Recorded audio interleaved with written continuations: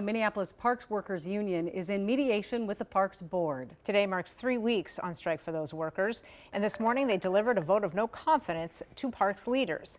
All that as we learn now that both sides are getting very close to a deal. Gordon Severson is live tonight with those details. Gordon?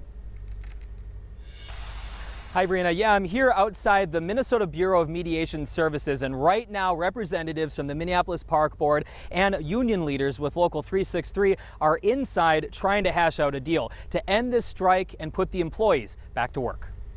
Are you kidding me?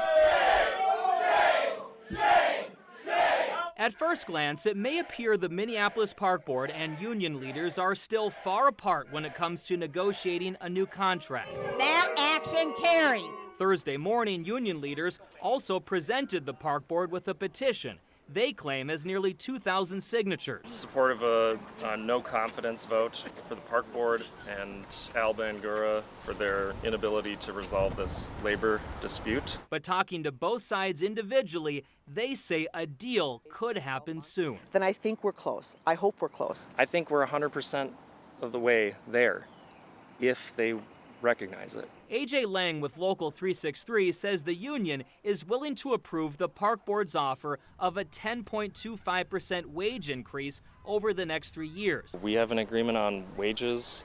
We've agreed to 16 of their language proposals. Both sides say the only sticking points now are 3 provisions in the contract that focus on the number of union stewards the union can have, how workers are compensated when they have to fill in when their manager is on vacation or away from work, and annual performance reviews. New language that are just unacceptable. The Park Board disagrees, arguing all 3 provisions are standard and are in place with all 8 of their other labor contracts. There are claims that we're using anti-labor and union busting tactics, and it's not true. Meanwhile, we stopped by a handful of parks to see if the strike is having an impact. At Theodore Wirth, we found clean garbages and well-kept grass, and a small pile of branches.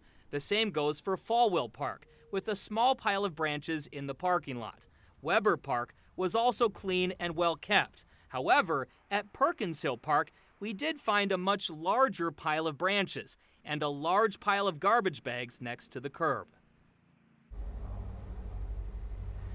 As for the meeting that's going on right now, a union representative tells me that this meeting could go all night. Previous meetings with the mediators here have lasted 5 to 6 hours. One meeting, they tell me, actually lasted 16 hours. But at this point in the negotiations, they say there is a chance that they could come in and hash out a deal within an hour or two. Now, if they do hash out a deal, union representatives tell me that they could go to their members and have a vote as early as tomorrow. But they say what's more likely is that they would give members the weekend to think about it and then hold a vote early next week. But there is always the chance that they don't reach a deal tonight and the strike continues. Back to you.